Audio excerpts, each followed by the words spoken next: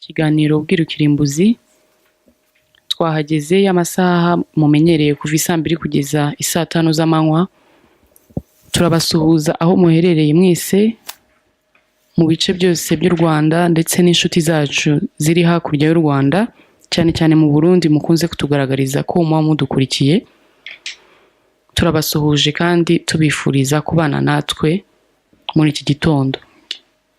Twongeye tubararike icyiciro cya kabiri cy'ikiganiro twatangiye ubushize ku isano y'ubumana n'umuco cyangwa isano y'umuco n'ubumana. Uyu munsi rero tukaba tuza gukomeza igice cya kabiri cy'icyo kiganiro nk'uko umwigisha wacu Bwana Mugabo John yari yatubwiye ko ari inyigisho ndende izatusaba nk'ibyumweru 3 kugira ngo tubashe kuyisoza neza. Uyu munsi araza kutuganiriza cyane cyane noneho ngo ku mugore. Bwana John Mugabo turabasuhuje, mwaramutse neza. Mwaramutse neza. Uwo ni umwigisha wacu akaba yahageze, tukaba tugira ngo tumuhe umwanya atangira twigishe cyane cyane ko tuba dusiganwa n'amasaha. Umwanya no wanyu Bwana John. Turabashuhuje cyangwa se turabasuhuje terwa nuko twize abantu mudukurikiye mwese. Nanone ni umunsi wa kabiri w'ikiganiro cy'umuco n'ubumana, isano yabyo byombi, aho dusuzuma niba umuco mu by'ukuri ari ikintu cyakabaye kitabwa cyangwa se giteshwa agaciro kubera ko abantu bageze mu rundi rwego rwo gushaka kumenya Imana. Niba umuco ari ikintu cyakabaye kigira imbaraga nkeya mu myizerere cyangwa se mu myemerere y'abantu, cyangwa se niba koko umuco tuwukeneye nk'urufatiro rw'ibyo byose dushaka kugeraho. Ni ikiganiro gisa naho gisaba abantu gutekereza kurusha kumva. Hari ibyo bita kumva no gutekereza. Abantu benshi turumva ariko ntidutekereza.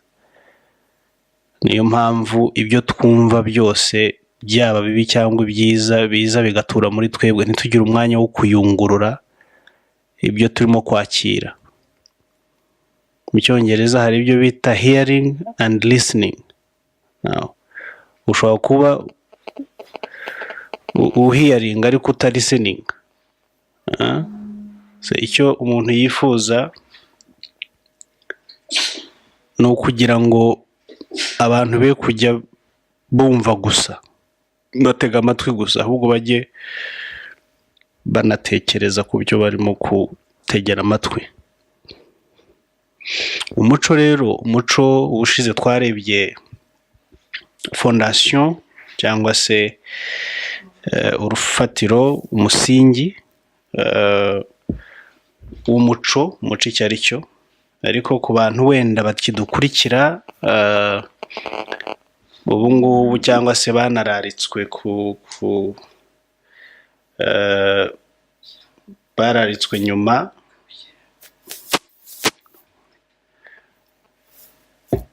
reka tubatangirire ho gatoya kuri background y'ibyo twari twavuze. Umuco ni ikintu kigari. Umuco ni umwihariko muri kamere iranga umuntu cyangwa se kamere ndangamuntu. Ndangamuntu zitari ziradufata. Ikikuranga nk'umuntu. Udafite umuco uba utazwi mu isanzure ry'ubumuntu ry'abantu. Umuco ni identite.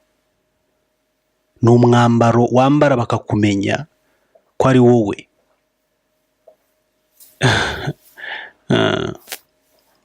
Ni umwambaro wambara abantu bakaba bamenya bati uyu tumutandukanyije n'uriya kuko iyi si abantu twambaye imyambaro itandukanye y'imico yacu. Icyo rero nicyo kituranga. Umuco niwe muntu. Icyo umuco rero umaze mu buzima bw'abantu cyangwa se bw'umuntu ni ibintu bibiri: ni ukubaho no gukura. Abantu buriya babaho mu muco. Ubayeho mu buryo budafite umuco ntawagutandukanya n'inyamaswa, ntawagutandukanya n'inka cyangwa imbwa. Zo nta muco zigira. Niyo mpamvu hari ibyo zikora utakora. Culture twarebye ubushize yuko bivuze kubungabunga ubugingo, guhingira ubugingo. Niho twabwiraga abantu yuko bakwiye gukunda kumenya icyo umuco ari cyo, kuko umuco ntabwo ari imbyino tubyina, ntabwo ari biriya bishakamba, ntabwo ari, narababwiye, si ibisakuzo, si bya bindi byo tuzi. Biriya ni uburyo bumwe umuco wimanifestamo cyangwa se wigaragarizamo, ariko uriya ntabwo ari wo muco mu buryo bw'ireme.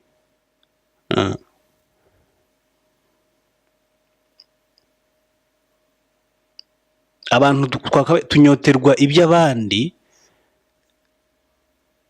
kuko tutamenye ibyacu, kandi ntitumenye ko ibyo bintu turimo kunyoterwa birimo urupfu rwacu. Birimo urupfu rwacu kuko ni umuco w'abandi.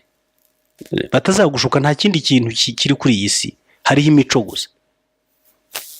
Iyobokamana ni umuco, iri dufite ni umuco w'abandi. Buriya abantu batandukanye umuco na religion, sinzi icyo baba bashaka.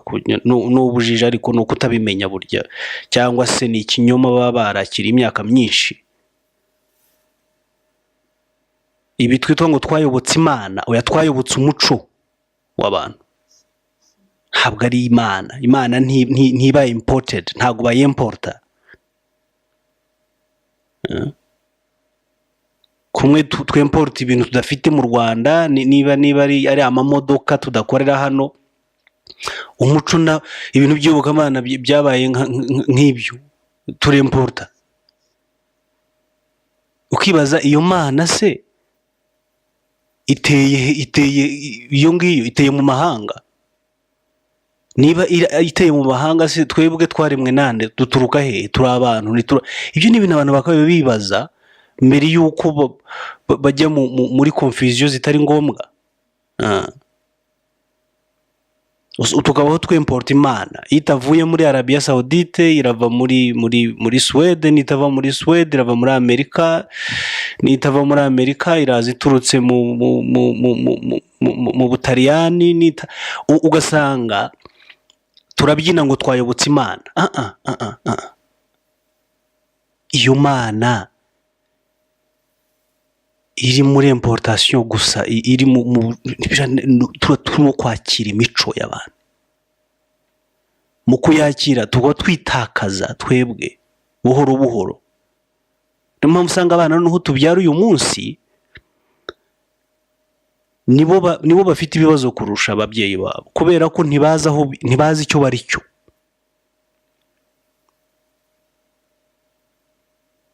Kuko byaje muri ambaraje zitandukanye, ambaraje y'ubumana, ambaraje ya civilisation, ambaraje bagenda babyambika.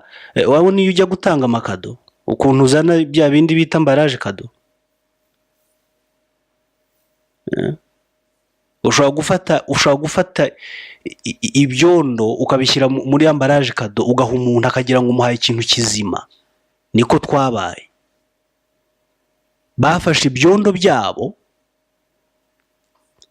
babishyira muri ambaraje y'iyobokamana, turabyakira, dutangira turya ibyondo. Niyo mpamvu tubayeho nabi. Ariko dukoresheje inyurabwenge zacu, ni ibintu bigaragara yuko nta Mana irimo muri ibi bintu twakiriye. umuco rero ni ukubaho no gukura. Iyobokamana ryaje gufumbira igicumbi cyo kubaho, soul, nibyo twavugaga ubushize. Soul ni ubugingo. Iyobokamana ryaje kugira ngo rifumbire ubugingo. Ni ukuvuga ngo iyobokamana ridafite umuco riba ripfuye. Kuko ubugingo twabonye yuko ubugingo nibwo buhingwamo cyangwa se buhingirwa n'umuco. Cultivation of the soul niyo definition y'umuco mu busobanuro bwimbitse, muri etymological sense of the word. Cultivate, culture. Iyobokamana rero tuje guhingira, tuje kwakira ariko tudafite uburyo rihingirwa muri twe, ari wo wa murima w'umuco, riba rifite ikibazo. Ni ukuvuga rero ngo niba iyobokamana ryaraje rigasanga tudafite umuco wacu, nta nubwo ryari kutugirira akamaro. Niba rizane rize ridusange mu muco wacu, nibwo ritugirira akamaro. Imana iza mu mico y'abandi ntabwo ari Imana nyamana, ni Imana y'abantu. Kuko Imana irabizi ko uri umunyarwanda, irabizi ko utuye mu Rwanda, irabizi ko ufite umuco nyarwanda. Kuza mu muco w'abandi ni ukuvuga ngo ibihakana yuko wowe nayo nta sano mufitanye.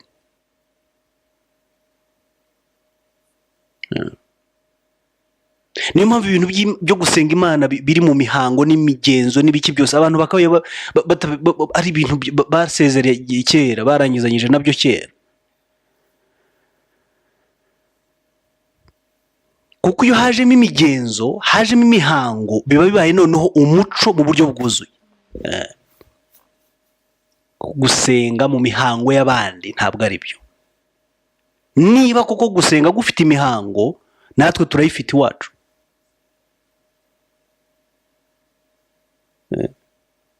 Ni ukuvuga ngo gusenga ubundi nta muhango ugomba kuba gufite. Kuko nigushaka umuhango kurajya mu muco. Kandi nikujya mu muco kwakabaye kuza mu muco wanjye, kuko nanjye mfitemo imihango.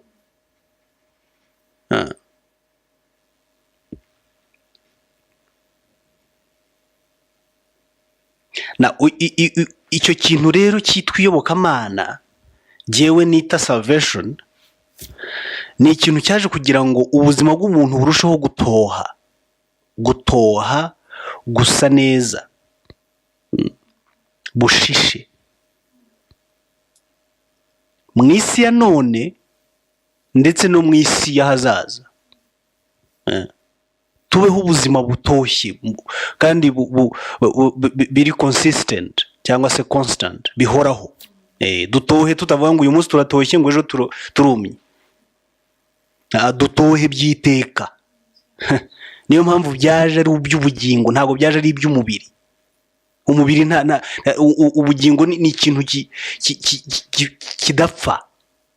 Nicyo nshaka kuvuga. Ubugingo ntabwo bupfa, umubiri ni upfa. Ntabwo rero uyu muco si umubiri. Wabibonye ko umuco twabonye yuko ari ugufumbira ubugingo. N'iyobokamana ryaje ari iry'ubugingo, bivuga ngo byari ibintu bigomba kuzuzanya mu buryo budashidikanywaho. So umuco n'iyobokamana ni ibiryo by'ubugingo. Niyo mpamvu Bibiliya ivuga ngo amagambo ya Yesu yose yagiye avuga ngo ni amagambo y'ubugingo. Muribuka Petero yaramubwiye ati twakuvuga tukajya he wowe kare ufite amagambo y'ubugingo? Ntabwo yavuze amagambo y'umubiri.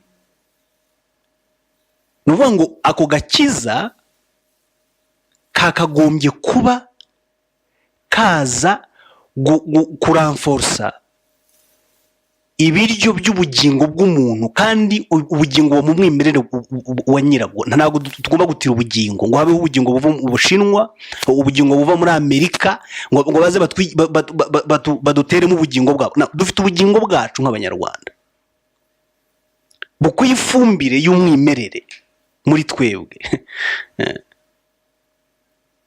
Abantu badufumbiza ifumbire mvaruganda mu nganda zabo mu izina ry'iyobokamana. Abantu nta mwanya muke bafitiye.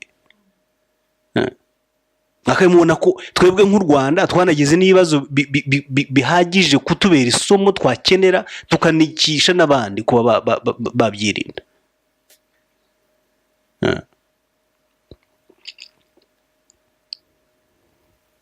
Bivuze rero ko iryobokamana ryaje risanga kandi rikurikiye ubwo bugingo bwacu.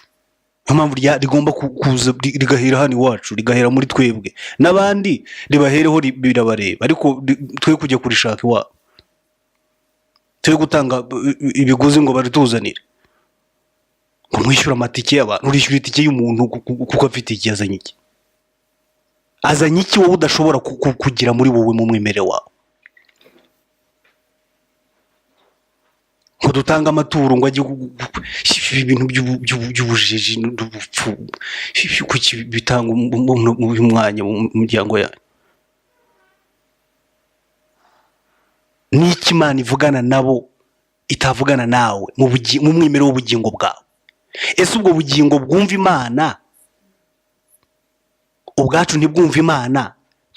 Twese twariremye ku buryo twavuga ngo ibyo twaremye ntabwo bifitemo ikibazo cy'ubuziranenge.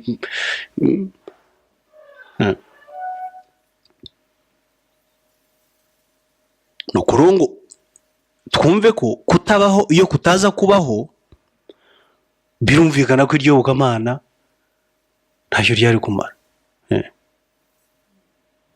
Iyo uko kubaho kutaza kubaho, iyo soul, ubwo bugingo, iyo butaza kubaho, ntabwo twakabaye dukeneye iyobokamana.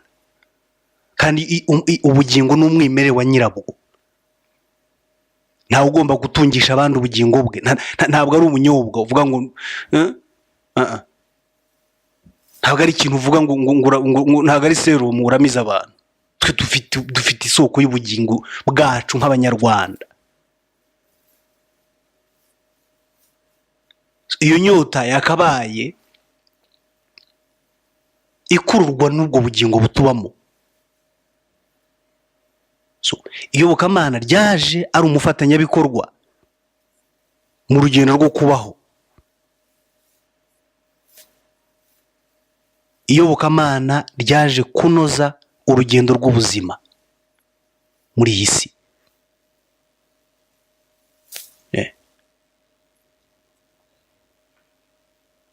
Igihe rero tutarabyumva dutyo, dukomeza kugira ngo umuco ni ikintu, niyo mpamvu baza batubwira ko ari ikintu kiri uncivilized, gifite cy'ubujiji, n'ikintu turagenda tukiyambura twageza aho twambara ubusa. Ngubwo turimo kuba civilized, twageza aho tugendana ibiki bino bacomeka mu matwi no mu mazuru. Umuntu muzima ukabona bafite imiringa mu matwi no mu mazuru. Ubwo ibyo niyo civilisation. Ibyawe bamaze kukwemeza ko ari ibishitani, ukemera, ufite ubwenge, utekereza, wuzuye.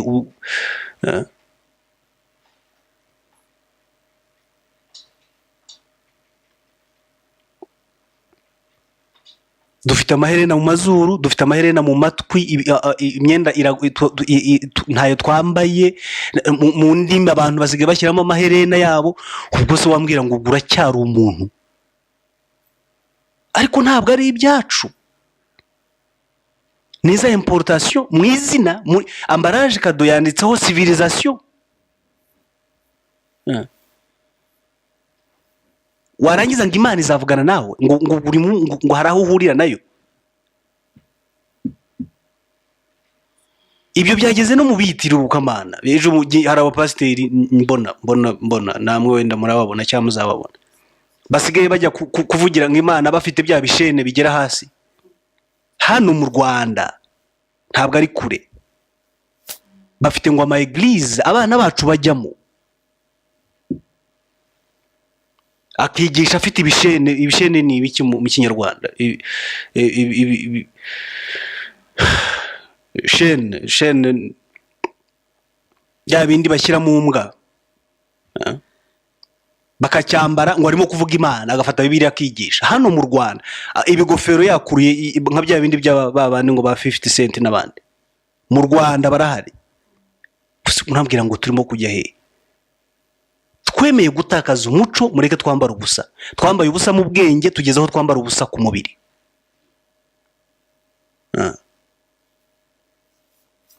So uyu munsi ubwo nari ndimo gutanga ishusho y'ibyo turimo kwiga. Uyu munsi tugiye kureba ku mugore. Mugore turifashisha ibintu bitandukanye byadufasha kumva icyigisho cy'uyu munsi.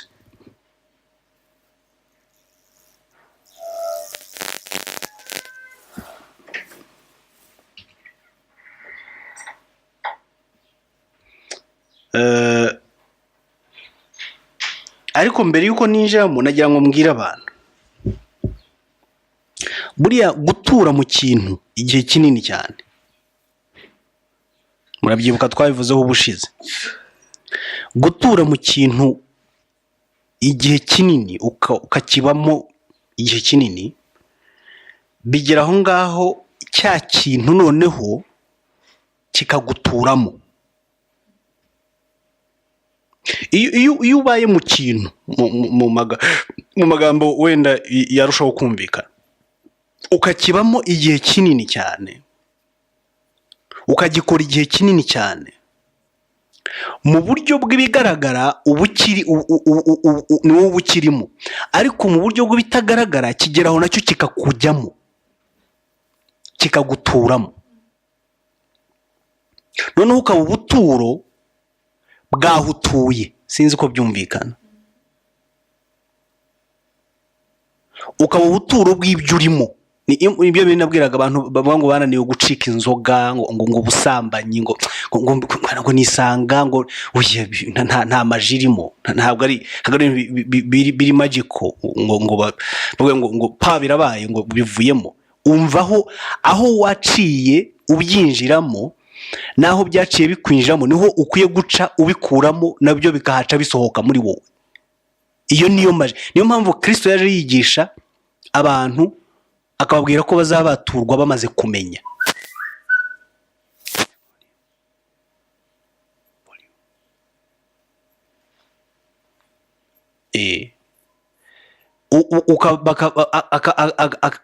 Akabanza kumvikanisha neza yuko abantu ntago bazakizwa n'ibitangaza, ntago bazabaturwa n'ibitangaza, bazabaturwa no kumenya.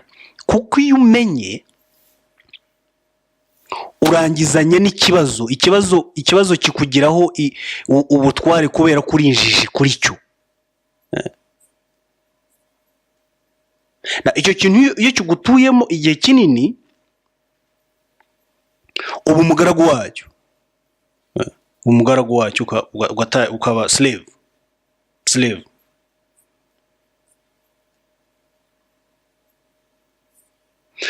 Ubwo ngubwo ikiba cyabaye muri wowe, uba wabaye umugaragu waho ubugingo bwawe buba. Kuko iyo ukirimo igihe kinini cyane, ukagituzamo umubiri wawe w'ibigaragara, akamenyero, routine mu buzima bwawe, ugahora ukora ikintu, kigera aho ngaho nacyo kikakuyoboka, kigatura muri wowe. Noneho umubiri wawe cyangwa se imbaraga zawe n'ingingo zawe zikaba umugaragu waho ibitagaragara byawe bituye, ariho muri cya kintu.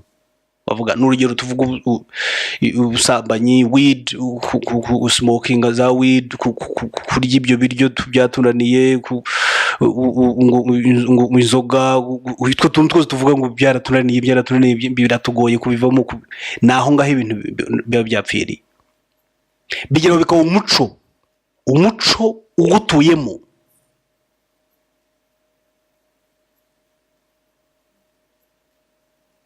Niyo mpamvu ni ibintu by'amacaci byamaze kuba umuco ku bantu.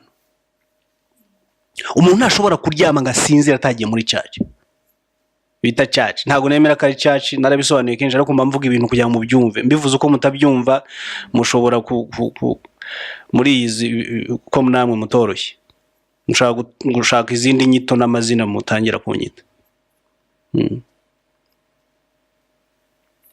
Umuntu akabura amahoro kuko atagiye muri caci, kuko atagiye muri overnight. N'ibiki overnight cyangwa se bya bindi bya mu gitondo abantu twibature, ibintu nk'ibyo sinzi ibyo ari byo. Umuntu akabura amahoro kuko atabikoze, kuko yabibayemo igihe kinini, bigeze aho bimubamo umuco, bimuturamo, none hatangiye kuba umugaragu wabyo, aho byakabaye ari byo biba umugaragu we. N'urugero rufatika urwo ngurwo, akarongorwa cyangwa se akarongora ariko ari umugaragu w'ibindi bintu. Niyo mpamvu abantu bakiri batoya mushaka kurongora, mujye muba careful, ushobora kurongora ukarongora imbata, uzasangira n'ibintu byinshi cyane. Umugore utazamubona iteka ryose kubera ko yabanje gusinya kontra y'ububata ahandi, cyangwa n'umugabo akakuzana ariko uzicwa n'imbeho mu rugo imyaka yawe yose, cyangwa se igihe kinini cyane, kuko afite ukuntu ari imbata y'ibindi bintu wowe utabanje kumenya mbere yuko muhura, noneho watangiye guhura nabyo ugeze iwanyu, barageze ukarira ngo ni dayimoni yihese ko wabaye injiji, wabaye ikigoryi, ntabwo wamenye,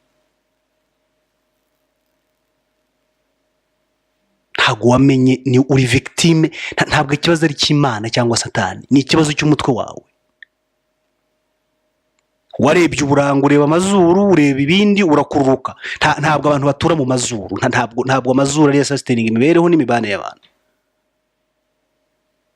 Umuntu ni mwimbere, reba mwimbere muri uwo muntu, uwo muntu hari iki, hari bangahe, hari bande, hatuye iki, hatinda nde.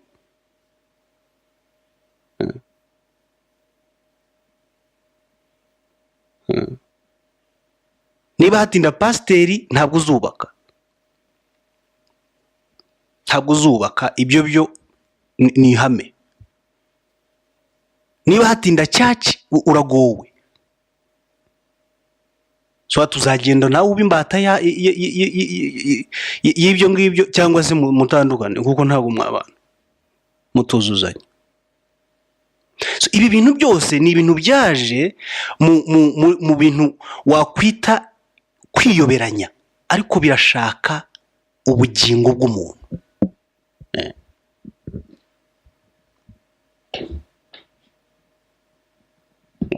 Now twarebaga rwa rwandiko rwa wa mugabo witwa Lynch. Uyu Lynch ni nyandiko, hari ibitabo byinshi cyane n'inyandiko nyinshi, hari n'ikindi cyitwa cyundi wanditse ibintu bimeze nk'ibi hafi mu gihe cyenda kungana n'iki ngiki yari arimo nacyo. Ibyo bitabo byo biragoye kubibona kuko abazungu bageze aho basanga barivuyemo, bagerageza kubikura ku isoko, ariko ubishakishije inyandiko urazibona. Iyo uri umuntu w'umushakashatsi, abantu batari abashakashatsi kumenya biragoye.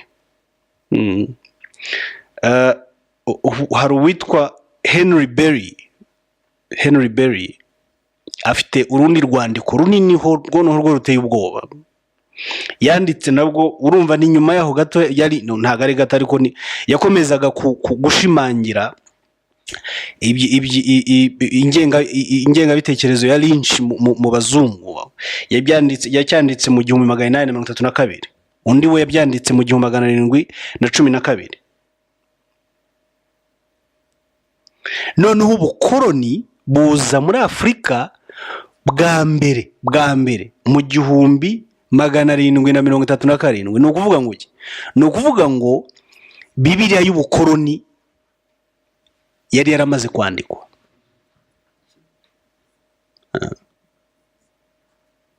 Kuko izi nzandiko zombi for now nizo turimo kureba, zanditsweho gatoya mbere y'uko ubukoroni mu Rwanda, nko muri Kongo na hano iwacu. Murabizi abandusha amateka, ubukoroni bwatugezemo nko mu 1880. Urumva ko byose byari nyuma y'izi nzandiko zombi uko zisohoka. Ubwo abaje bose baje mu ivanjiri, muri evangelisation y'ibi bintu. Aha rero harimo umugore, batatse umugore cyane. Bira bati niba mushaka kugumana umwirabura, umunyafurika, mwite ku mugore we.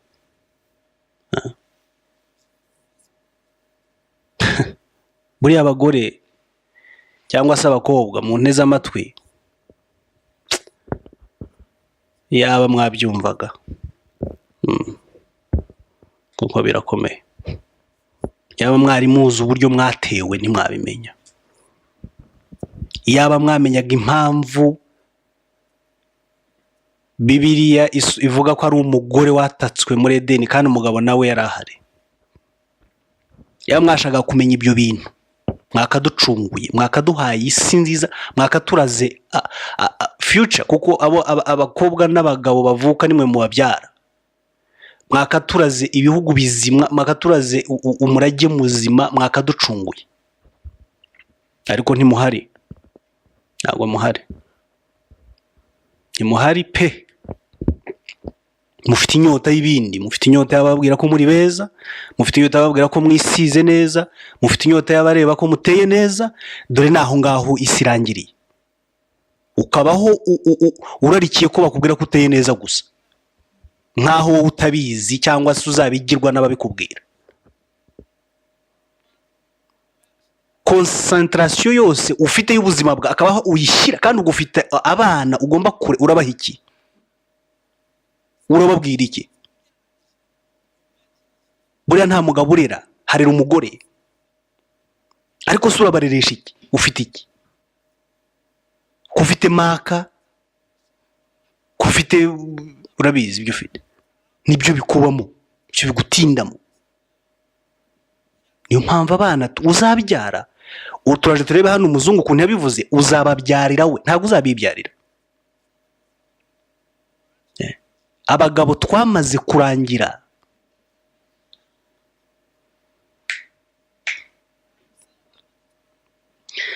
Muri uru rwandiko rwa Lynch twavugaga cyangwa se twavugaga, yavuze yuko hari ijambo yagiye akomeza gukoresha mu Cyongereza ryitwa breaking, to break,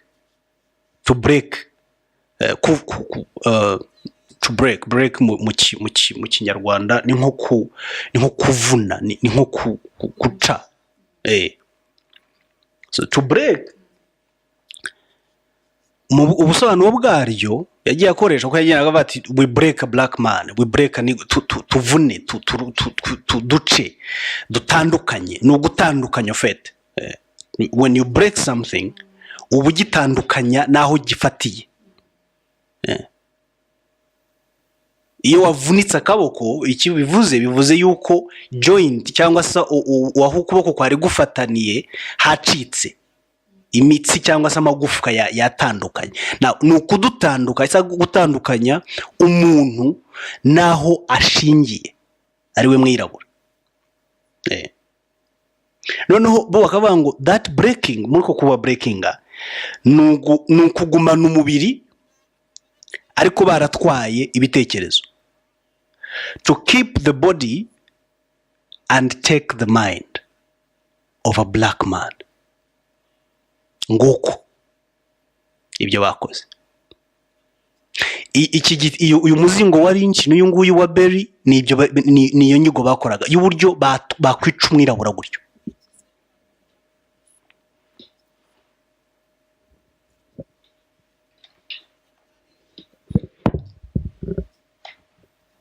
uyu mugabo King James urabavuga, King James ntabwo ari umuntu muzima. Uyu wanditse kino gitabo cya Bibiliya ntabwo ari umuntu muzima, yari umwe mu bantu bashyigikiye ubukoroni, yari umwe mu baperezida babayeho mu mateka b'abakoroni babi cyane, nk'uwitwa Thomas Jefferson w'umunyamerika, murabizi we he owned slaves. To own a slave, we yaratunze abacakara. Iyi ni ligue imwe y'abo bantu bamwe. Uyu nawe yanditse Bibiliya atari urukundo akunze abantu, yanditse Bibiliya cyangwa se yandikishije Bibiliya kubw'ishyaka ry'ubwami bwe n'ubwami bw'abazungu muri rusange.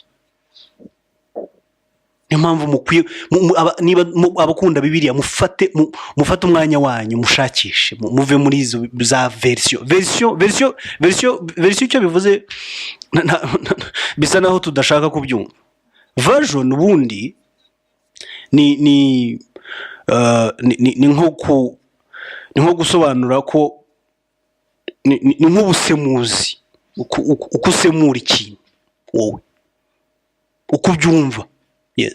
Ushobora kuza muri abantu babiri kuba bateka twumve version ya Mugabo, twumve na version ya Kariste n'urugero. Ni ukuvuga aba bantu ibintu bavuga ni ikintu kimwe ariko uburyo babivugamo, aha, iyo ngiyo niyo version, uburyo ibintu bivugwa. So, iriya ni version ya James w'Ubwongereza. Hari amaversion menshi rero, ubwo ni uburyo, kandi abagiye bavuga ubwo buryo ni abazungu, nta mwirabura urimo. Narabwiye igitabo mushobora kugerageza gushaka kirimo ubundi buryo butari ubw'abazungu, kiri hano muri Ethiopia, mugende mugishaka.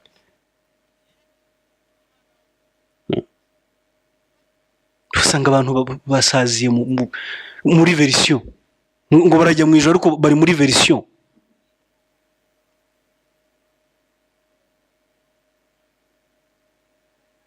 Version udafite ubwenge yakurangiza.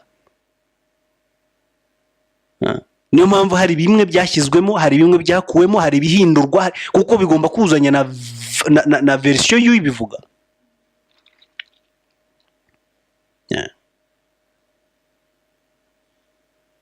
Now yaravuze ati we break a black man from his state of nature like we have broken a horse ni indogobe, ngo dutandukanye umwirabura na kamere cyangwa se na kamero ke nk'uko twagatandukanije n'indogobe.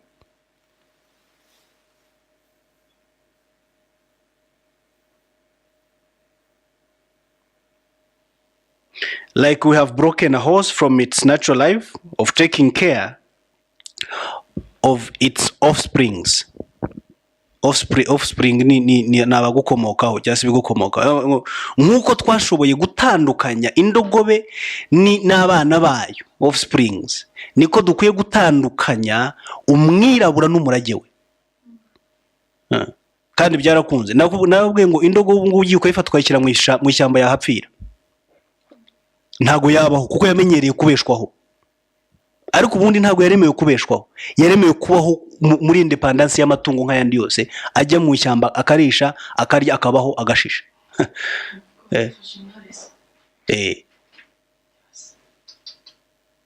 Uyijyanye hariya irapfa. Natwe nuko tumeze. Ntago mu bushobozi bwacu bwabo turiho dushobora kubaho. Umuzungu atabayeho ngo atugaburire, ngo atwigishe iby'Imana, iby'iyobokamana, ibya siyanse, iby'imitekerereze yose, turapfa. Gukora ngibi aha ngaha byahereye. Ibi ni ibintu byari byarateguwe kandi byakozwe neza.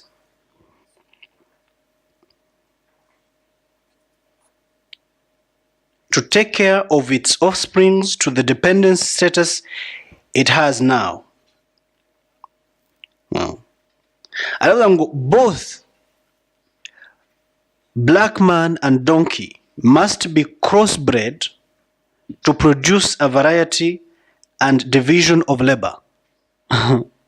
Aho biteye n'umujinya, biteye uburakari ibi ngibi. Both must be taught to respond to a peculiar new language. Ngo indogobe n'umwirabura bakwiye gutozwa ururimi rutandukanye rwabo bwite no gukorera ku marenga yabo bwite. Ni ukuvuga language haba harimo ibintu bibiri, harimo body language, ibyo bita body language ni amarenga ushobora gukora utavuze, hari n'ururimi. Ni ukuvuga ngo bagomba kubaka communication yihariye y'indogobe n'umwirabura itandukanye na nature yaho ya communication baremewemo. Icyo nicyo bita breaking, gutandukanya. Baradutandukanije cyane. Ariko turaje tureba ahantu ishingiro rikomeye riri ku mugore. Niyo mpamvu kugira ngo Satani cyangwa se inzoka itandukanye Adamu na Edeni, ntago yari naniwe kumenya ko ari Adamu wari we nyiri yanyuze mu mugore, kuko mu mugore hari ugutandukanywa, ibintu bigatandukana burundu. Mu mugore uratandukanya bigatandukana.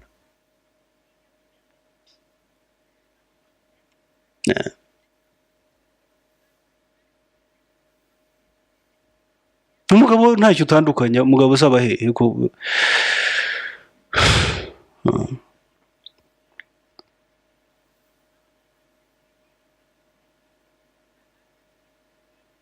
to a peculiar new language of psychological and physical instructions.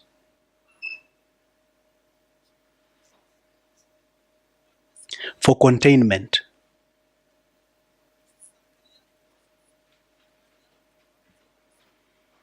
Containment ni kukubata, no kugumana. To contain. Iyo bita container.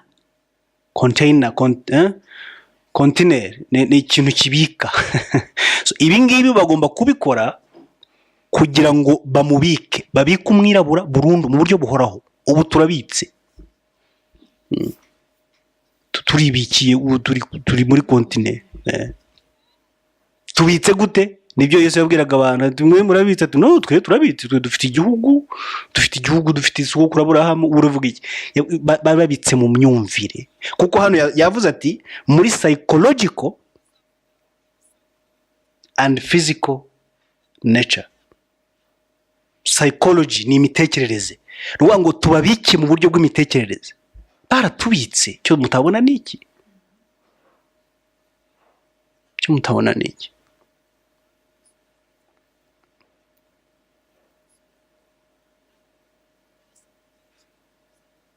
Abantu bajya bambwira ngo ariko John wowe abantu wigisha ibyo uvuga nibyo, ariko urimo kubakuraho bari ubajyana he? Ndashaka kubaha urugero rwa containment, rw'ikibazo cya containment dufite. Kandi ubwo urabibwiraho n'umuntu ashobora kuba ari pasiteri, yiyita pasiteri, kuko pasiteri nta nubwo bibaho ukuri nyakuri. Ubu pasiteri ntibubaho, ariko kinyoma nyakuri bubaho. Nawe umuntu kumva araguhamagaye cyangwa se araguhanga, aravuga ati ariko se wowe urimo gukura abantu mu byo bari barimo. Nibyo, ibyo bari barimo baguye harimo bitari byiza, ariko urabajyana he? Ukamubaza uti se abantu ni imizigo? Abantu bamaze gutoza abantu ko ari imizigo cyangwa amatungo, bikwiye gutwarwa, kujyanwa, gukurwa, gushyirwa. Ibyo ni ibiki? Ibintu biraturuka he? Hari abantu bajya bambwira ngo mugabo ngo ushaka ngo ahantu ngo duteranire, murashaka ko nanjye mba containinga, mwakangutse, mwazanzamutse. Imana ntago yakuremeye containment. Imana yakuremeye freedom. Imana yakuremeye kwigenga. Yes. Mu bitekerezo, kuki ushaka kugengwa?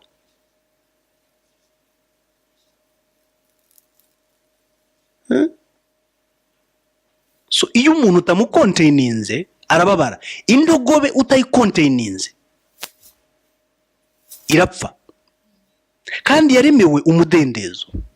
Wowe waremewe umudendezo ariko urashaka kujya gutwara ahantu. Abapasiteri mu nyumva, urumva tudakwiye guhanwa kubaho ucontaininga ibitekerezo by'umuntu. Abagabo ukabona umuntu n'umugabo arize ariko ari contained, yiruka nyuma y'undi. Ukabona umugore afite umugabo, afite abana, ariko ntabiwe, ari muri container y'abandi y'undi muntu. Akujyana container, bundi we bagushyiramo icyerekezo ni icyabo, nibo baza aho bakujyana. Iriya mizigo bakora mu Bushinwa bo bayipakiramo n'ibyiheruka, n'ibijya muri Aziya, n'ibijya muri Afurika, n'ibigwa mu nyanja, n'ibishya. Ibyo ni iby'uyitwaye. Natwe niko tumeze, ni nako mushaka ko abantu babakorera. Genda bafasha kugira ngo muve mu mizigo muba abantu. Ariko ibyo nabyo ntimubishaka, muracyashaka, muracyanyotewe n'uburetwa.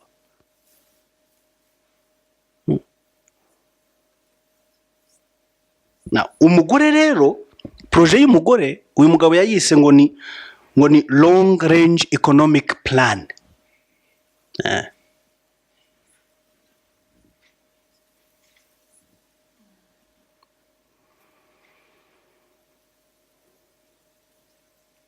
Aravuga ngo mugumane, ntuza ya point ya mbere, aravuze ngo mwimuzirinde. Muribuka ko icyari igitabo cyangwa se umuzingo yarazanye muri iyo myaka, azaniye abanyamerika muri leta ya Virginia. Iriya leta ya Virginia, abantu musoma muzakurikire neza, ifite amateka yihariye cyane ku bintu by'ubukoroni.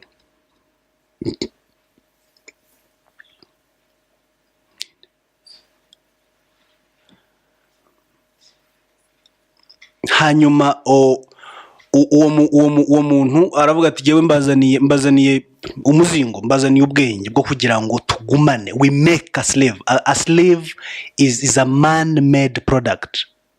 Slavery ni ikintu, ni igihangano cy'umuntu. None hava mu Bwongereza aza muri Amerika kugira ngo yigishe bagenzi be uburyo bakora igihangano cy'uburetwa ku mwirabura, nibura kizaramba mu gihe cy'imyaka irenga 300. Nababwiye ko icyo gihe cyarangiye mu 2012, ariko sinzi ko niyo cyaba cyararangiye. Umuti wanyweye imyaka 300 ntago wagushiramo mu myaka 2 cyangwa 3. Niba ugize n'amahirwe ukaba ukiriho, ushobora no kunywa ugapfa ukarangira. So aravuga ati keep your eye and thoughts. Urumva, ijisho ryawe n'ibitekerezo byawe ntibizave ku mugore w'umwirabura, kuko nubigenza utyo uzamugumana ndetse n'urubyaro rumukomokaho rwose. Muzarebe ibintu bisohoka uretse ko n'abagabo byaje kubera ko ubupedengera ngo burimo kuba bwinshi, ariko muzarebe ibintu biza by'abagore. Hafi buri kwezi haza ibintu bishyashya. Plante ije imeze itya, indi iraza noneho imeze kuriya, araza mark isa gutya, iteye itya. Abagore ntago baba hasi, baba ahantu mu kirere, bahora muri position yo kwakira ibishyashya. Gumana, ibyo niryo jambo yavuze. Mugumane ibitekerezo byanyu, mugumisha ibitekerezo byanyu n'amaso yanyu ku mugore kugira ngo mumuhamane. Ni mumuhamana muzahamana urubyaro rwe rwose.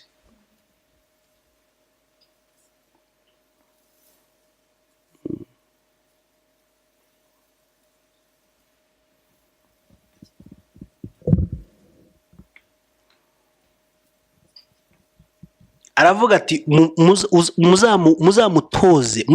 muzamutoze guhora yishakamo ubwigenge. Muri ibyo bushize nabivuze cyumweru cyashize,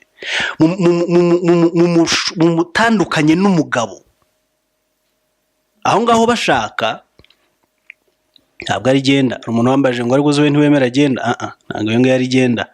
Breaking ntabwo ari genda.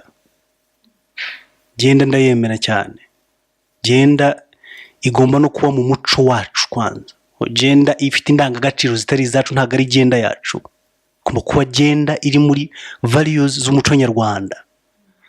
Abantu rero bazi yuko umuco nyarwanda ngo ni ugukandamiza umugore. Uwo ntabwo ari umuco nyarwanda, uwo ni umuco kamere w'abagabo bose ku isi bitwa ko batwaye sosiyete zabayeho. No muri Amerika ni uko nguko.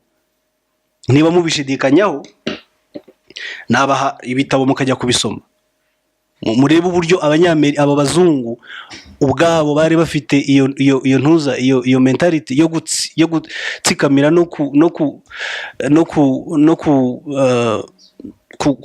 kuganza umugore. That's not African.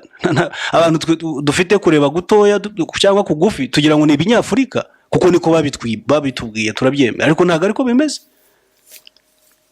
Uko habayeho evolution mu mico yabo yo guha agaciro umugore, natwe niko bishoboka mu muco wacu wo guha agaciro umugore.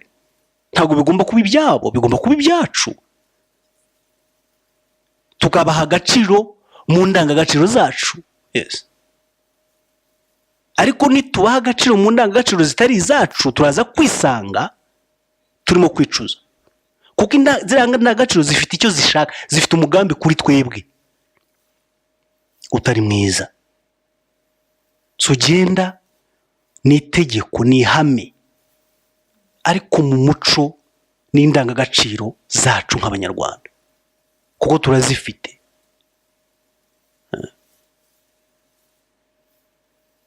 Ibintu ubona byarenze umurongo ni ibyabo, ntabwo ari ibyacu. Ntabwo twebwe mu ndangagaciro zacu turenga umurongo. Oya.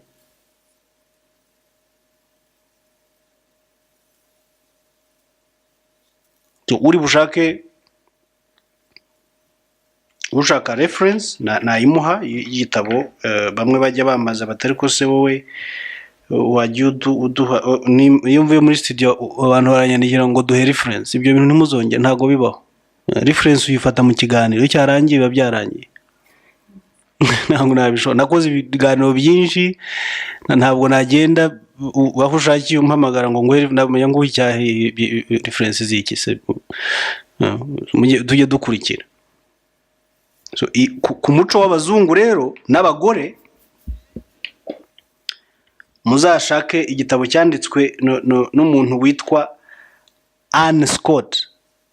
Anne Scott, Firor Anne Scott, ni F-I cyangwa se F na I, F-I-R-O-R. Anne ni A-N-N-E, Scott ni S-C-O-T. Cyanditswe mu gitabo mu mwaka w'1830. Ni muri cya gihe hafi cy'ubucakara n'iki byose. Icyo gihe yanditse igitabo cyitwa Southern Lady, umugore wo mu majyaruguru, wo majyepfo, Southern Lady, from pedestals to politics. Muzagishaka icyo gitabo, muzasangamo ko ibintu byo gukandamiza umugore atari umuco w'abanyarwanda, ahubwo ari umuco wabo. Munarebye neza, cyangwa se ari umuco w'abantu, umuntu ni kamere isanzwe ikwiye kugenda ihabwa umurongo.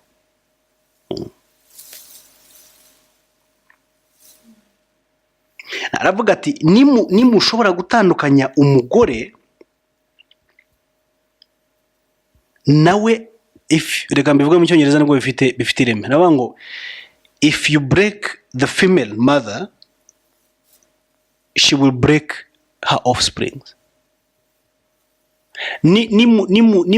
Nimutandukanye cyangwa se nimuvuna umugore mukamutandukanya n'umwimerere we, nawe araza kudufasha gutandukanya ababyaye n'umwimerere wabo.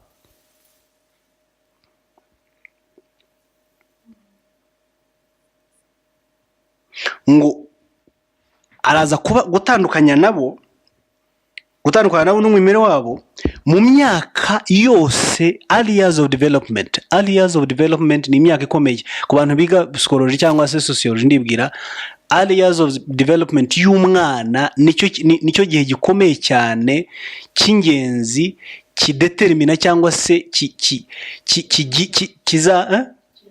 kizaranga uko umwana azabaho mu buzima bwe bwose. Ni ukuvuga ngo igihe umwana abaye broken muri early years of development ze, icyo gihe arinda apfa ari uko wamutoje kumera. Ni ukuvuga ngo yarababwiye ati mugerageze umugore muri iyi myaka y'ubukure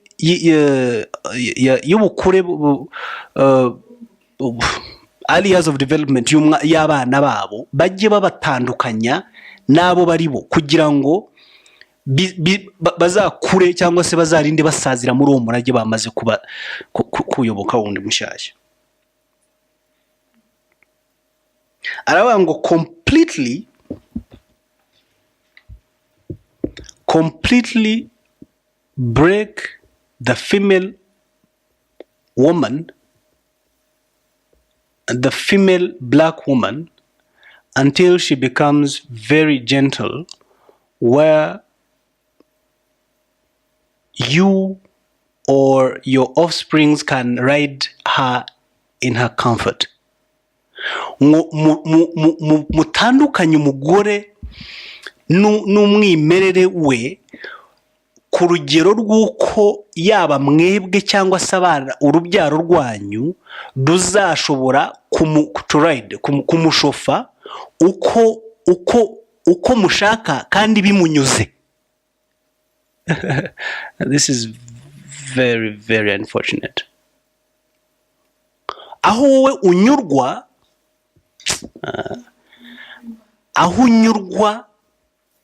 n'ubushake butari ubwawe. Yavuga ati tugomba kuvuna cyangwa se gutandukanya umugore n'isoko y'uwari we, bitegurira wowe w'icyo gihe cyangwa se generasiyo y'ikindi gihe yacu, aho izajya ishobora kumwicaraho agakunda ibyo twebwe tumuyoboramo. Ni ukuvuga umushofu umutwara uko umushaka, ariko in her comfort, we yumva bimunyuze. None mumbwire mwabagore mwe munteze amatwi, ni igiki kitabanyuze? Ikiza cyose kitabanyuze ubu ngubu ni igiki? Wambwira uti iki ibintu byaraje ko byanze kutunyura, ni mu kivuge. Ndi kumwe hano n'umwe mu bagore yabavugira, turaza kumuha by the way adufashe. Nicyo bikwiye no kutumarira. Icyo mubona cyaje mwahawe, mwagejejweho, ikibagezeho icyo ari cyo cyose, cyaba ari uburyo bw'iyobokamana cyangwa muri civilisation cyangwa muri simbizi, mushobora kuvuga muti iki kintu twaracyanze, ntago ni igiki?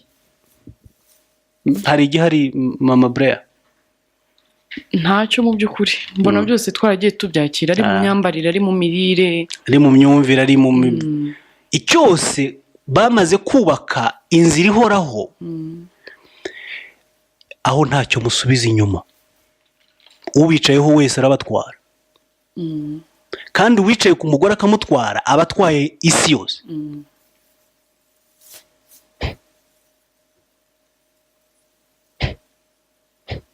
Abatwaye umugabo w'ejo, abatwaye umukobwa w'ejo, abatwaye umugore w'ejo, kuko abo bose babyarwa n'umugore.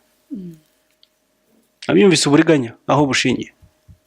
Nsomera muri Timoteyo, mu rwandiko rwa kabiri rwa Timoteyo, ibice 3, umurongo wa 6 cyangwa se wenda wa 5 sinzwe. Mbese utazi gutegeka abo mu rugo rwe yabasha ate kurinda itorero ry'Imana? Kandi ntakwiriye kuba uhindutse umukristo vuba, kugira ngo atikakaza akagwa, agacirwaho iteka Satani yaciriweho. Aho ngaho uri ku murongo wa 6. Timoteyo wa 2. Sorry.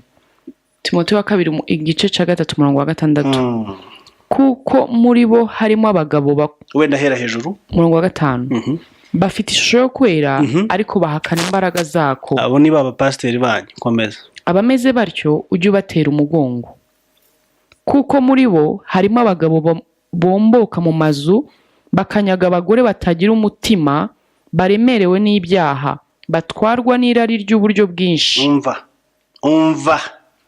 umva bahora biga ariko ntabwo babasha kugira ubwo bamenya ukuri, nk'uko Yane na Yambure barwanije Mose. nyagarara insengero zose zuzuye hano hanze, murebe ibintu biri, murebe abantu barimo, murebe mugenzure abayoboke abenshi abarimo. Ni ikihe cyiciro? Ni icyiciro cy'abagabo, ni icyiciro cy'abasore, cyangwa ni icyiciro cy'abagore? Mugere mukore intuza murebe neza. Abagore ni strategy ikomeye cyane mu nzego zose. Abangaba ni abantu bifashisha Bibiliya, nabo n'abapasiteri, n'abigisha ijambo ry'Imana. Abangaba turimo kuvuga bafite ishusho yo kwera, hanze urabareba ukabona nibyo, ariko strategy niyo gufata abagore batagira imitima ngo bayoborwa n'irari gusa. Kandi abo ni bo benshi. Tujye mu nsengero se turebe utarimo kubera irari ninde? Abararikiye amamodoka, abararikiye amazu meza, abararikiye ngo ingo zitungane, za viza zo kujya muri Amerika. Ibintu nk'ibyo biri mu gitsina gore cyane, ngo bahora biga ariko ntibagira ubwo bamenya. Wamenya ute se utuwemo n'umuyaga? Ntabwo bijyana. No, tujye tubwizanya ukuri. Ntabwo ari ikibazo. I'm not a chauvinist. Jewe ndi umuntu uvuga ibintu uko biri, n'abagabo nitubageraho tuzabavuga uko bari. He kugira unyumva na bias agera ngo mfite ikibazo ku bagore. No, barambyaye n'ubu ndi umugabo ufite umugore. Ariko ukuri kubukuri kuvugwe mu kuri kwawe. Turabaha amatelefone muze kunyomoza ibyo mvuga. Bahora biga ayo macaci, abagore bahora bayajyamo, niho barara. Abagabo bamwe basezeye ku bagore babo kubera amasengesho, ariko ntibagira ubwo bamenya.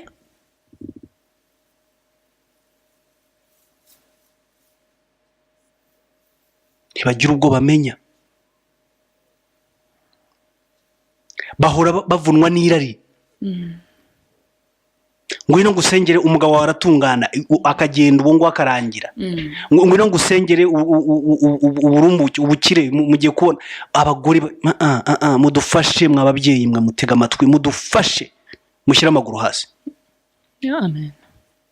Mushyira amaguru hasi, Imana yongera ibone umwanya mu muntu, kuko nimwe mubyara umuntu. Eva bivuga umunyabugingo. Amen. Nimwe banyabugingo, nimwe mutanga ubugingo. Nese uratanga ubugingo nawe utabufite. Ariko namwe simwe mwaratewe ntimwabimenya.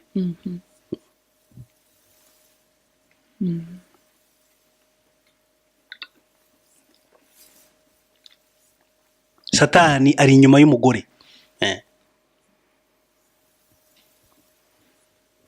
Aravuga ngo you should work to destroy the image of a male black man in the mind of his female partner. Turasobanura neza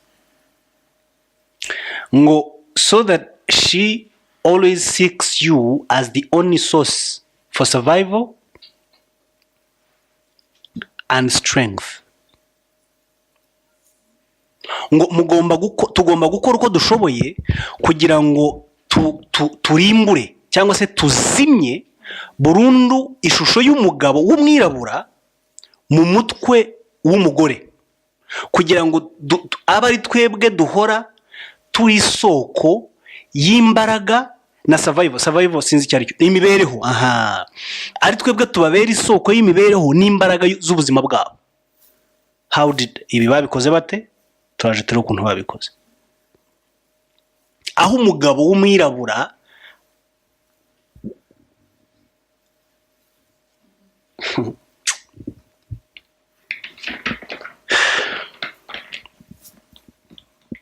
ari buta agaciro completement mu bwenge bw'umugore we,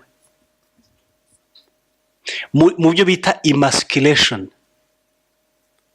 Emasculation ni ikinyuranyo cya masculine cyangwa se masculinity. Masculinity mu gifaransa ndibwira ko gihari, umugabo cyangwa se ubugabo. Masculinity cyangwa se masculinity ni ubugabo. Emasculation ni ugukona ubugabo, ariko ugakona imitekerereze.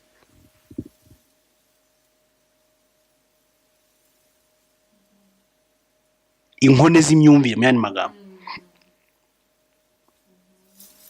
Ngo by literally emasculating the male figure in front of her eyes, she will feel left alone. Urumva? Left alone and unprotected, with the male image destroyed. It will cause her to move from her psychological dependent state to a frozen independent state, in which she will raise her male and female child in reverse roles to be mentally weak and dependent but physically strong. Ngerageze mbisemura ibi ngibi, ariko ku bantu bumva icyongereza munamfashe gusemura abagenzi banyu neza. Mushaka kubisemura kurusha uko giye mbisemura, mumfashe kubigeza ku bandi. Aravuga ngo dukone ubugabo bw'umugabo mu myumvire y'umugore, kugira ngo, kuko ubugabo ni imyumvire kwanza, kugira ngo umugabo w'umugore wawe nuko abanza kumva ko uri umugabo. Igihe yumvise ntabwo ubugabo ari imitsi, igihe yumva ko utari umugabo ntushobora kuba umugabo, uba warabaye inkone, aba yaragukonye ubugabo bwawe. Igihe umugore ntimujya mwumva se nguri ase n'umugabo, ntago ari ukubera ko ibyo ubugabo atabifite, nuko mu bugabo, mu myumvire y'ubivuga, kalite y'ubugabo ntayihari.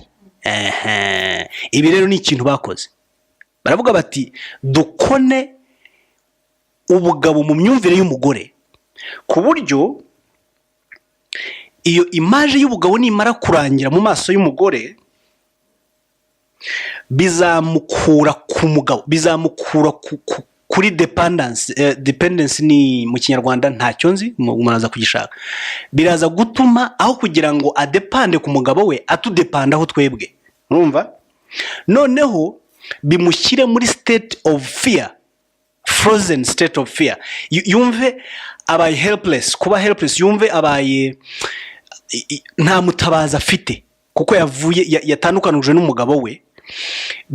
Bimugire victime wo kuyoboka twebwe. Noneho namara kuyoboka twebwe, araza gutora, anatoza abo yabyaye muri reverse roles. Reverse role ni role, urabona role y'umugabo ni urugero, akamaro,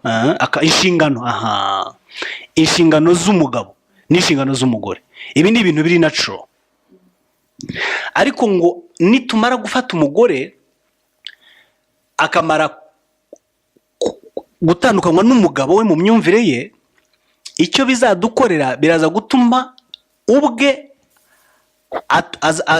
atuyoboka, noneho n'ababyaye abatoze muri reverse roles. Ibi ngibi byo kuvuga ngo ubupede n'uburezi biyene n'ibiki byose, aho ibi ntabwo ari ibintu byacu, ntabwo ari umuco wacu. Abantu bariho muri reverse life. Umugore yabaye umugabo yabaye umugore. Ni icyo ngicyo bashakaga. Nibamara gufatisha umugore, araza kubafasha guhindura ubuzima karemano cyangwa se kamere bw'umugabo n'umugore. Ni ukuvuga umugore abe ashobora kuba yaba umugabo mu myumvire kimwe n'uko umugabo ashobora kuba yaba umugore mu myumvire. Urabona ko niho tugeze uyu munsi. Baranabyadvocatingira cyane ibintu by'ubutinganyi, baranabasezeranya muri izo nsengero zabo, muri za mana zabo nababwiye bahora batuzanira twemporta buri munsi. Kuri bo barimo gushyira mu bikorwa umugambi bateguye mu 1712. Kuko umugore udafite umugabo aba ameze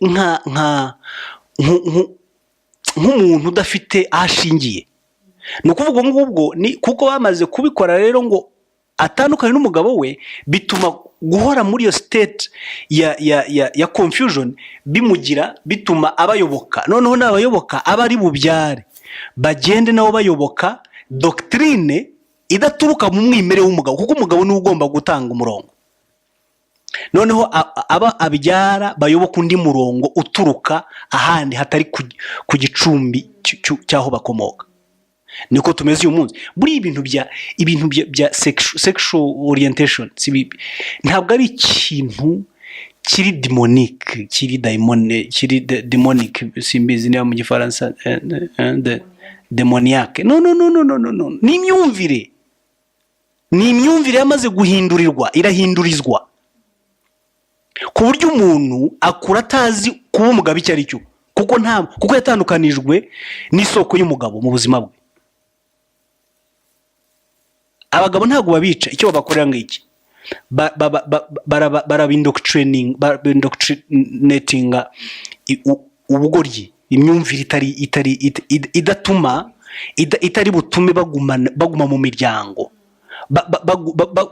agaciro k'umuryango bakarinda. Nibyo biturimo uyu munsi. Tumeze nk'abasaze. Ntabwo tuha agaciro umuryango, ntabwo duha agaciro urugo, ku buryo abagore bacu biraborohera kuzerera, bakumva bari helpless, babaye helpless, bari unprotected. N'abana babyaye bakaba deconnected, kuko umugore nawe yabaye deconnected ku mugabo kuva kera. Murabana ariko muri deconnected. Kandi kibitera niki? Nuza gusanga byose urasanga bituruka muri West. Hari abagabo babaye busy, nutaba busy mu mafaranga, uraba busy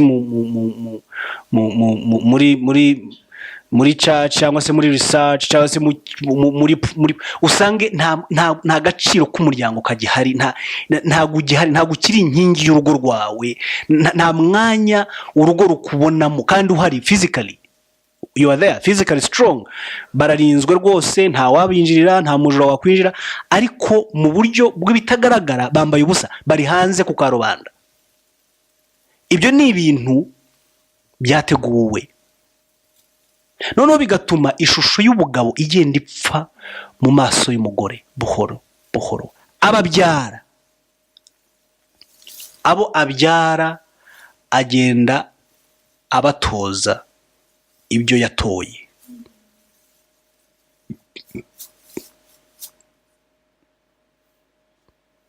Mugabo akaba mu kabari imyaka yose, yubera mu nzoga, wararongoye, imipira idashira. Niba hari Champions League urugo rurakubuze. Ntabwo umuntu yatinya kubivuga ngo mutarakara, icyo ni ikosa. Champions League, kuki utahisemo kureka kurongora ngo ugumane na Champions League? Ntabwo tubona yuko turimo gupfa, ariko si ugupfa gusa, ahubwo turimo kwamburwa. Icyo gihe ukomeza kuba muri ubwo buzima, bigenda bikora icyo bita emasculation, yicyura icyo nk'umugabo mu maso y'umugore. Buhoro ashobora kutavuga, ariko mu mutwe aravuga. Ururimi rwe ushobora kutarwumva pe, ariko yaravuze byinshi mu mutwe, yaramaze kugenda. Warangiza ngo ab'iki gihe, ngo abagore b'iki gihe, ntabwo ari ikibazo cy'abagore b'iki gihe. Nawe ufite ikibazo cy'uko urimo kwikona. Bira ni ibintu byashyiriweho gukona ubugabo bwawe. Ubugabo bwawe ntabwo bwakabaye buri muri Manchester United, ntabwo bwakabaye buri muri Arsenal, ntabwo bwakabaye mu biryabarezi, bya bintu bita ngo biryabarezi biri hano hanze abagabo bashiriyemo, ntabwo ubwo bwakabaye buri mu macupa, mu nzoga, ntabwo ubwo bwakabaye buri mu tubari twa biyari. Ubwo ni ubukone urimo kwinjiza muri wowe. None numara kwikona, umugore yabura umugabo ugatangira ugasara ngo ndajya muri CID. No.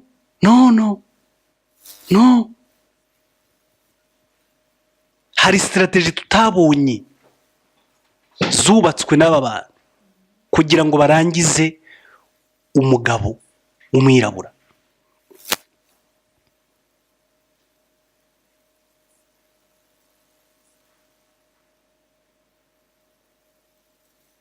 Ibi ngibi ni ibintu byari binasanzweho mbere yuko bitugeraho, byanateguwe kera no mu bucakara bari bafite ukuntu bafata abagore babirabura atari uko babakunze, bakababyaramo abana, bakabarongora kugira ngo babatandukanye na originalite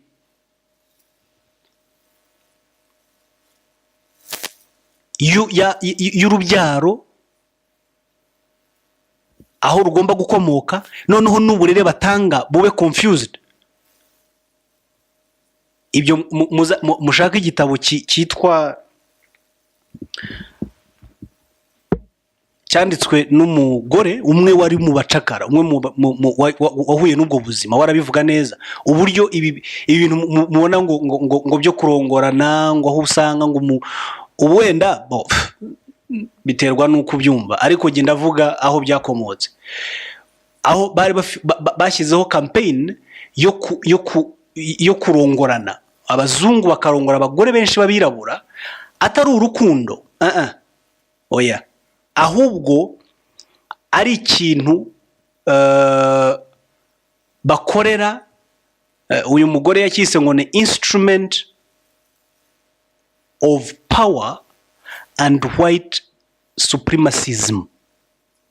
Sinanze ko hari abashobora kuba babikorana urukundo, banabanye banarambanye, ariko twe aho siho ndigewe, abo ngabo rwose bakomeze babeho neza, ni byiza, turabyishimiye. Ariko jewe ndavuga ababyihishe inyuma bafite undi mugambi wabyo.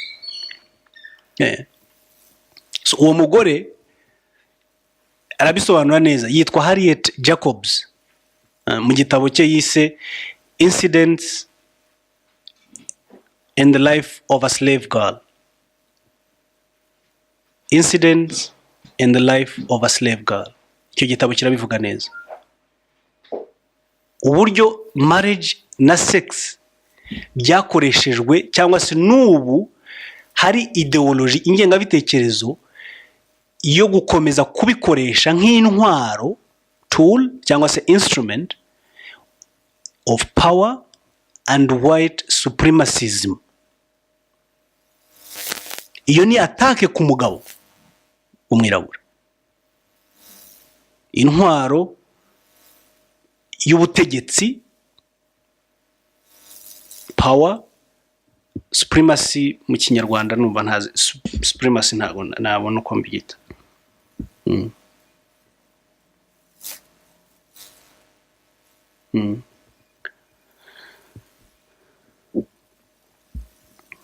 Nk'uko rero nabwiraga abantu ntangira, ntabwo gutesha agaciro umugore ari umuco w'Unyarwanda, we uyu ni umuco wawo.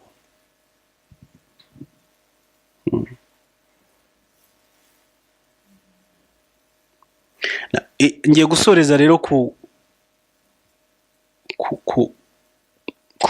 ncamake y'iki gitabo kindi cy'uyu mugabo witwa Henry Berry.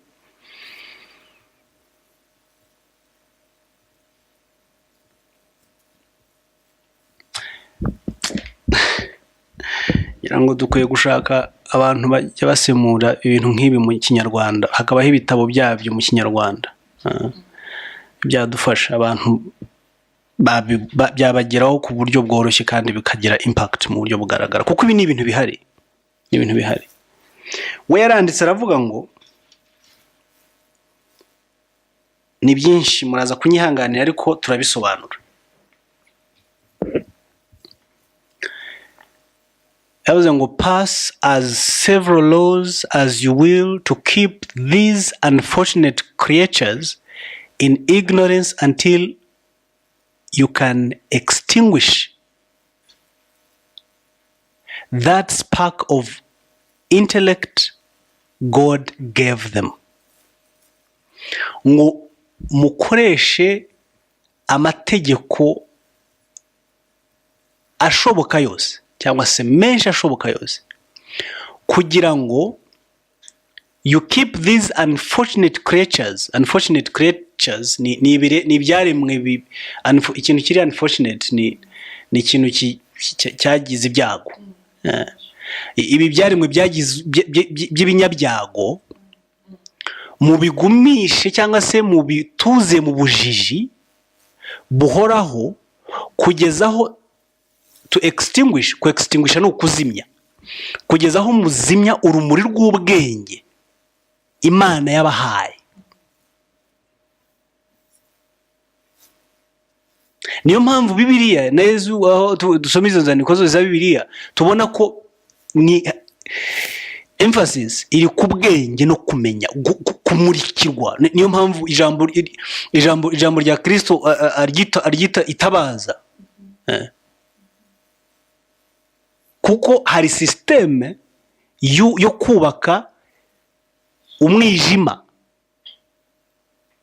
through ignorance, ubujiji. Arabango, we have as far as possible closed every avenue by which a light might enter. Ngo kugeza ubu ngubu, icyo gihe bivuga byari mu 1832. Yavuze ngo kugeza ubwo, urumva ubwo muri icyo gihe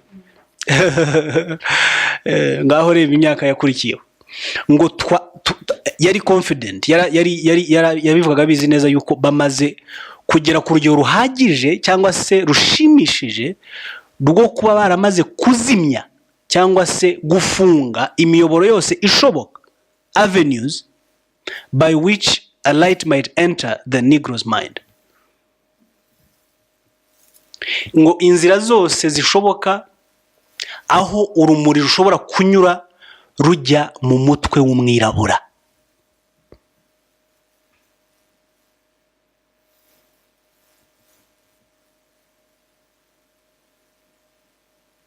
If we could extinguish the capacity to see the light, ngo dushoboye kuzimya ubushobozi bwo kubona umucyo, our work would be complete. Inshingano yacu yaba igeze ku musozo. They would then be on a level with the beasts of the field and we would be safe. Ngo ibyo bizabashyira cyangwa se bibagumishe ku rugero rw'ibisimba byo mu ishyamba. Impamvu mbazi iyo umuntu avuga ngo John ngo abantu batwaye hehe, mba ntwaye iki? Mwumva mwemera ko muri abantu? Iyo wumva ushaka ko umuntu agutwara agukura gushyira, wowe utaramaze gucengerwa n'iki kintu bubatse kera.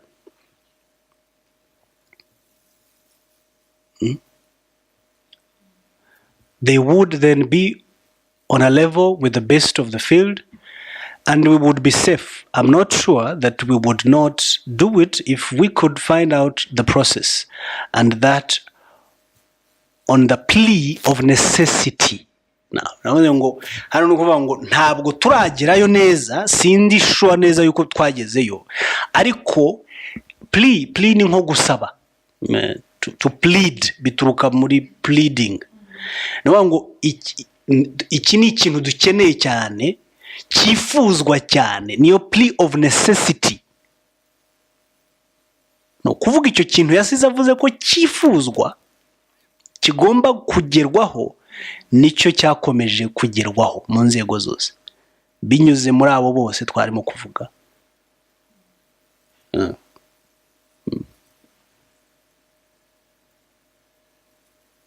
Umugore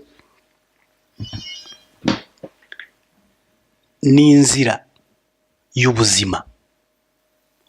Umugore ni ubugingo bwa sosiyete, bw'umuryango. Sosiyete buriya irenze umuryango, umuryango mugari. Umugore ni future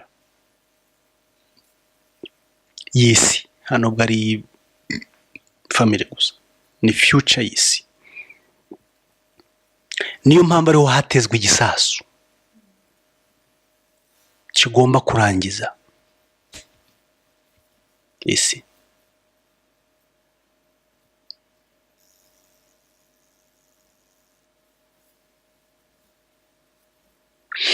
Mu itangiro haravuga ngo hagati yawe n'umugore, hagati y'inzoka hari urwango, hazahora urwango. Kuki batavuze hagati yawe n'umugabo? Abantu kuki batabyibaza? Nuko umugabo atari ubyara, niba nabyara si urera, ntabwo ari we wororoka. Ni ukuvuga karite y'umugore niza kugaragariza karite yo kororoka uzagira mu rugo rwawe, cyangwa se mu gihugu cyawe, cyangwa se mu isi. Niyo mpamvu igisasu cyagombaga gutegwa mu mugore kugira ngo kirangize karite. Karite ni umwimerere, kirangize umwimerere muri we, bitume umuntu wese yangirika. Kororoka kose kuzakurikiraho kuzakomeza kwangirika. So turebye Bibiliya, turebye n'amateka. Ndashaka kumva ibyo mutekereza. Nitugaruka mu mwanya ngiye gufata akaruhuko, ningafata mube mwiyegeranya na telefone. Uyu munsi turakoresha Tigo gusa, turi kuri Tigo gusa. Yego, 0722 nimero ya Tigo ni 0722446881. Mwe mukusanya izo message n'ibitekerezo. Ndashaka kumva icyo mutekereza, kandi ndashaka abagore ko bampamagara. Ndashaka kuganira n'abagore. Mwihangane rwose, mutarebye byubahiro mufite n'imyaka, ntago telefone igaragaza icyo uri cyo n'imyaka ufite. Nibashaka ntibivuge. Nta nubwo ari ngombwa. Mumpamagare tuganire, kuko ahangaha niho musingi. Aha niho tutahametiriza n'ibyo turimo gukina. N'abagabo mumpamagare mumbwire, kuko mwamaze kubakwamo system ibakona y'ubukone buri automatic. Turikona buri munsi tukagira ngo niko kuba abagabo. Ariko noneho Bibiliya yo yagaragaje emphasis, n'ibi bitabo turimo gukoresha bigaragaza emphasis yuko igisasu cyatezwe mu mugore.